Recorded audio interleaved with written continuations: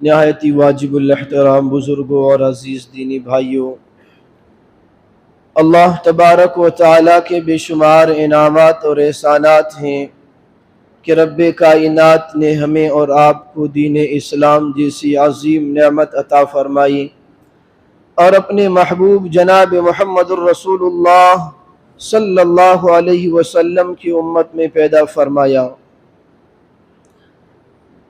گزشتہ 2 جمعوں سے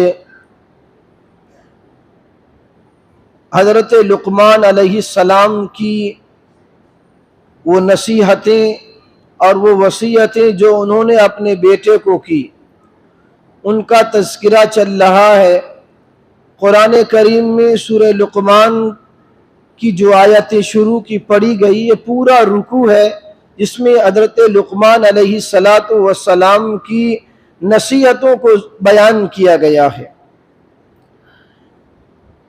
حضرت لقمان علیہ السلام کی سب سے پہلی نصیحت اپنے بیٹے کو تھی، جس کا تذکرہ پچھلے جمعہ میں ہوا۔ وَإِذْ قَالَ لُقْمَانُ لِابْنِهِ وَهُوَ يَعِظُهُ يَا بُنَيَّ لَا تُشْرِكْ بِاللَّهِ، سب سے پہلی وصیت جو حضرت لقمان نے اپنے بیٹے کو کی کہ میرے بیٹے اللہ کے ساتھ کسی کو شریک مت کرنا۔ إِنَّ الشِّرْكَ لَظُلْمٌ عَظِيمٌ، اللہ کے ساتھ شریک کرنا اس دھرتی پر سب سے بڑا ظلم ہے۔ اس کے بعد جو آیت ہے اس کا تعلق حضرت لقمان کی وصیتوں سے نہیں ہے، بلکہ اللہ تبارک و تعالیٰ کی طرف سے یہ آیت ہے۔ اس کے بعد پھر یا بنیہ سے حضرت لقمان کی وصیتیں شروع ہوتی ہے۔ بیچ میں ایک اللہ تبارک و تعالیٰ نے یہاں پر ایک آیت نازل فرمائی، وَوَصَّيْنَا الْإِنسَانَ بِوَالِدَيْهِ، ہم نے وصیت کی انسان کو اس کے والدین کے بارے میں۔ قرآن کریم کا یہ اصول ہے، قرآن کریم میں اللہ تبارک و تعالیٰ نے جہاں کہیں اپنی عبادت کا تذکرہ کیا اور انسان کو اللہ کی عبادت کی طرف مدعو کیا گیا یا شرک سے بیزاری کا اعلان کروایا گیا، اس کے فوراً بعد اللہ تبارک و اندازہ لگائیے کہ اللہ تبارک و تعالیٰ نے والدین کے حقوق کو بیان کرنے کا کتنا اہتمام فرمایا ہے۔ یہاں پر اللہ تبارک و تعالیٰ نے سب سے پہلی وصیت حضرت لقمان کی، کیونکہ اپنے بیٹے کو شرک سے روکنے کے بارے میں تھی۔ اس کے فوراً بعد اللہ نے فرمایا وَوَصَّيْنَا الْإِنسَانَ بِوَالِدَيْهِ، جب تم نے شرک سے بیزاری کا اعلان کر دیا تو یاد رکھیے تمہارا دوسرا سب سے بڑا عمل یہ ہونا چاہیے کہ اپنے والدین کے ساتھ تمہارا حسن سلوک ہونا چاہیے۔ اسی طریقے سے 15ویں پارے میں اللہ تبارک و تعالیٰ نے یہی فرمایا وَقَضَىٰ رَبُّكَ أَلَّا تَعْبُدُوا إِلَّا إِيَّاهُ، اور آپ کے رب نے فیصلہ سنایا کہ صرف اللہ کی عبادت کی جائے گی۔ وَبِالْوَالِدَيْنِ إِحْسَانًا، اور اپنے والدین کے ساتھ حسن سلوک کا معاملہ کیا جائے گا۔ قرآن کریم میں والدین کے حقوق کو جتنا تفصیلی بیان کیا گیا ہے، اتنی عبادتوں کو تفصیل سے بیان نہیں کیا گیا۔ نماز کا اللہ نے حکم دیا اقیم الصلاۃ، نماز قائم کرو۔ نماز کیسے قائم کی جائے گی، نماز کب پڑھی جائے گی، نماز کو پڑھنے کے لیے کتنی چیزوں کا ہونا ضروری ہے، نماز کے فرائض کیا کیا ہیں، نماز کے واجبات کیا کیا ہیں، نماز میں کن کن چیزوں کا ہونا اور ان کا پاس و لحاظ رکھنا لازم اور ضروری ہے، یہ آپ کو قرآن کریم میں نہیں ملے گا، نبی کریم صلی اللہ علیہ وسلم کی حدیث میں ملے گا۔ لیکن والدین کے ساتھ حسن سلوک کا اللہ تبارک و تعالیٰ نے تفصیلی بیان فرمایا۔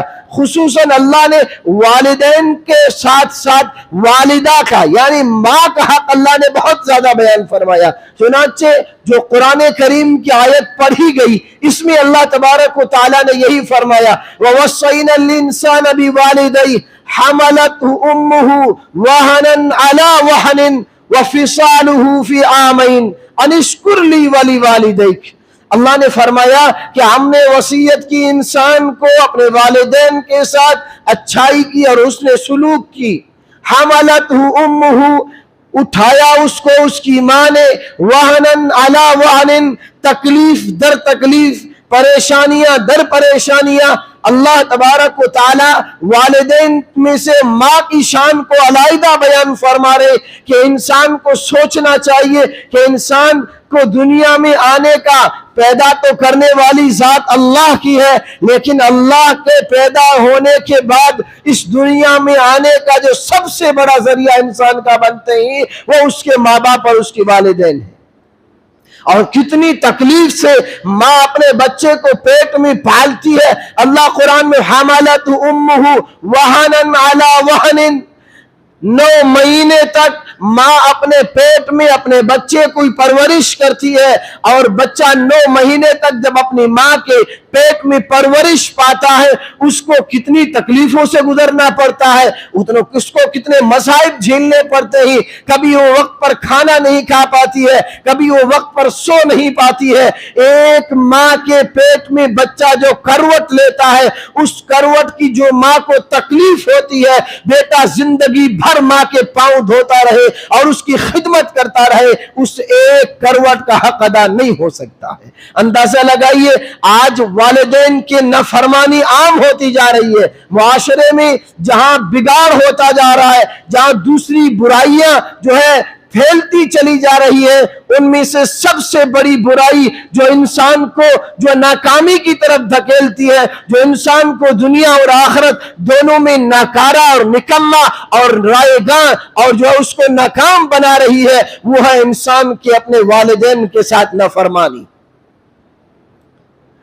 علماء کرام نے لکھا ہے کہ والدین کے ساتھ بدسلوکی اور والدین کی نافرمانی ایک ایسا گناہ ہے کہ جس گناہ کا بھگتان اور اس گناہ کی سزا مرنے کے بعد تو ملے گی ہی ملے گی، لیکن جیتے جی دنیا میں انسان اس گناہ کا بھگتان اور اس گناہ کی سزا بھگت کر رہے گا. ہزاروں مثالیں علماء کرام نے کتابوں میں لکھی ہے. کئی ایسے واقعات پہ بیان کیا گیا ہے کہ جس نے اپنے باپ کے ساتھ بدسلوکی کی، اس کی اولاد نے اس کے ساتھ بدسلوکی کی ہے. اس لیے اللہ تبارک و تعالیٰ نے والدین کے حقوق کو بیان فرمایا کہ والدین کے ساتھ تمہارا حقوق اچھائی کا معاملہ ہونا چاہیے، ان کے حقوق کی بجاوری ہونی چاہیے. اگر والدین کی نافرمانی کرو گے، نبی کریم صلی اللہ علیہ وسلم نے فرمایا، اللہ کے رسول کے صحابی نے پوچھا یا رسول اللہ ما حق الوالدین، ماں باپ کا حق کیا ہے؟ نبی کریم صلی اللہ علیہ وسلم نے فرمایا ہما جنتو کا ونارک، وہی تیری جنت ہے وہی تیری جہنم ہے. اگر ان کی خدمت کرے گا، ان کی جو ہے حکم کی بجاوری کرے گا اور ان کے ساتھ اچھائی کا معاملہ کرے گا تو یہ والدین تیرے لیے جنت کا سبب بنیں گے، اور اگر ان کی نافرمانی کرے گا، بدسلوکی کے ساتھ پیش آئے گا تو یہی والدین تیرے لیے جہنم کا ذریعہ بن سکتے ہیں. نبی کریم صلی اللہ علیہ وسلم نے، اللہ کے رسول علیہ السلام نے ایک حدیث میں فرمایا باپ جنت کا بہترین دروازہ ہے. اب تیری مرضی، چاہے تو اس دروازے کی حفاظت کر، چاہے اس کو ضائع کر دے. اس لیے ان قرآن کریم کی لقمان علیہ السلام کی وصیتوں کے درمیان یہ جملہ آ گیا. اس لیے والدین کے حقوق کی طرف یاد دہانی ضروری ہے. اس وقت جو ہے آج کا نوجوان اپنے ماں باپ کا نافرمان ہوتا جا رہا ہے. دنیا میں انسان ناکام جو ہوتا ہے، ماں باپ کی دعائیں وہ دعائیں ہیں جو انسان کو تحت الثری سے ثریا تک پہنچاتی ہیں. والدین کی دعائیں ہیں جو انسان کے لیے سب سے زیادہ قبول ہونے والی ہے. آج عجیب معاملہ ہے، ہم جو ہے بزرگوں کی خدمت میں جاتے ہیں دعائیوں کے لیے کہ حضرت ہمارے لیے دعا کر لیجئے.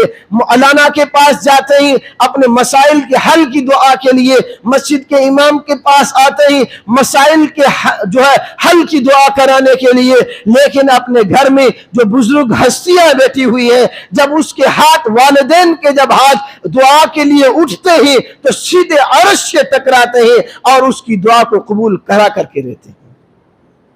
ان کی خدمت کرنے کی ضرورت ہے۔ والدین سے منہ مت موڑیے، والدین سے منہ موڑنا یہ قیامت کی نشانی ہے۔ نبی کریم صلی اللہ علیہ وسلم نے قیامت کی جو نشانیاں، بڑی بڑی نشانیاں بتائی ہیں، ان میں یہ بھی فرمایا ہے کہ ماں باپ سے اولاد بیزار ہو جائے گی، ماں باپ کی نافرمان اولاد ہو جائے گی۔ وَأَقْتَ أُمَّهُ وَأَدْنَا صَدِيقَهُ وَأَقْصَى أَبَاهُ، نبی نے فرمایا قیامت کی نشانیوں میں سے نشانی یہ بھی ہے کہ جب تم دیکھو گے کہ لوگ اپنے باپ کو دھکے دے رہے ہوں گے اور اپنے دوستوں کو قریب کر رہے ہوں گے اور اپنے ماں کے نافرمان ہو جائیں گے۔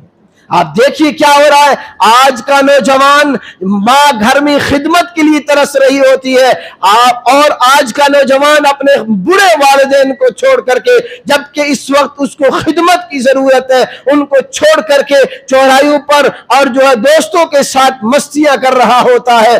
یہ میرے بھائی، یہ آپ کا وقت ہے کہ آپ اپنے والدین کی خدمت کیجئے۔ اندازہ لگائیے کہ ماں باپ نے ہمارے لیے کتنا کچھ کیا ہے۔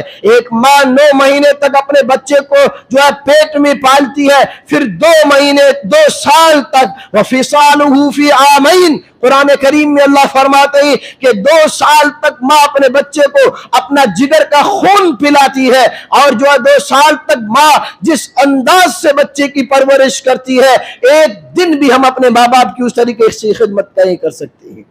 آج بڑا ہو گیا، جو ہے جسم میں توانائی آ گئی، جو ہے جوانی آ گئی ہے، تو ماں باپ کی فرمانیاں کرنے لگ گیا ہے، ماں باپ کے احسان کو بھولتا جا رہا ہے۔ نہیں میرے بھائی، ماں باپ کے احسان کو مت بھول۔ جب تو چھوٹا تھا، بسترے پر پیشاب کر دیتا تھا، سردی کی ٹھٹرتی راتوں میں جب تو روتا تھا، ماں کی آنکھ کھلتی تھی اور ماں دیکھتی تھی کہ میرا بچہ رو رہا ہے، اٹھا کر کے دیکھتی، نیچے تو نے پیشاب کر دیا ہوتا تھا، بستر گیلا ہو چکا تھا، کوئی گھر میں دوسرا بستر نہیں ہوتا تھا، تب بھی ماں تیرے کو اٹھا کر کے اپنی جگہ سوکھے پر سلاتی تھی، خود ماں اس سردی میں اس پیشاب پر ساری رات سوتی تھی تاکہ میرے بچے کو سکون کی نیند آ سکے۔ تیری طبیعت ذرا بگڑتی تھی، رات بھر ماں تجھے کندھے پر لے کر کے لوریاں سنا کر کے ساری رات آنکھوں پہ گزار دیتی تھی، سارا دن کچن میں جلنے والی، سارے دن تیرے گھر کے اور تیرے کپڑے دھونے والی، جو ہے چولہے کے پاس جل کر کے گرما گرم جو ہے کھانا تجھے پہنچانے والی ماں، آج تو بڑا ہو گیا، آج تیری جوانی عمر آئی ہے، آج تیری نسوں میں خون دوڑتا ہے، تو کیوں ماں باپ کا نافرمان ہو گیا ہے؟ یاد رکھیے، ماں باپ کی نافرمانی اگر ہم کریں گے تو یہ ایک ایسا گناہ ہے جو مرنے سے پہلے ہمیں اس کا جو ہے اس کی سزا بھگتنی پڑے گی۔ ماں باپ کا حق ادا نہیں کر سکتے، خدمت کرنی ہے ان کی، حق ادا کر ہی نہیں سکتے۔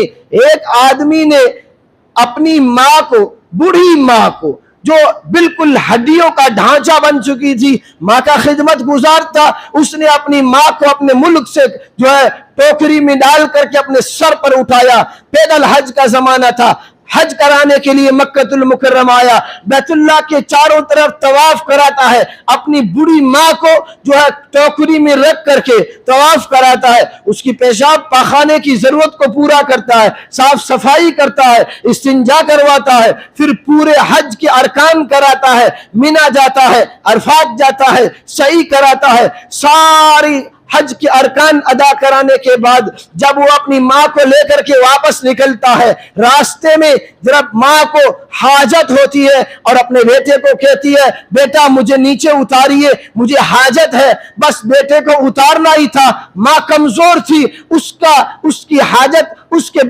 جو ہے اس کے کپڑوں میں نکل گئی اور وہ پاخانہ اور گندگی کا ریلا بہ کر کے اس بچے کے اور فرمانبردار بیٹے کے جسم پر بہنے لگا۔ بچے کی پیشانی پر شکن نہیں آیا، فرمانبردار تھا، اپنی ماں کی خدمت کو جانتا اور سمجھتا تھا۔ گھر پہنچا، گھر پہنچنے کے بعد اس وقت کے سب سے بڑے ولی عبداللہ ابن مبارک کی خدمت میں حاضر ہوا اور اپنی ساری کارگزاری سنائی، ماں کی خدمت کا پورا واقعہ سنایا اور سنا کر کے کہنے لگا، اے حضرت مجھے بتلائیے کیا میں نے اپنی ماں کا حق ادا کر دیا؟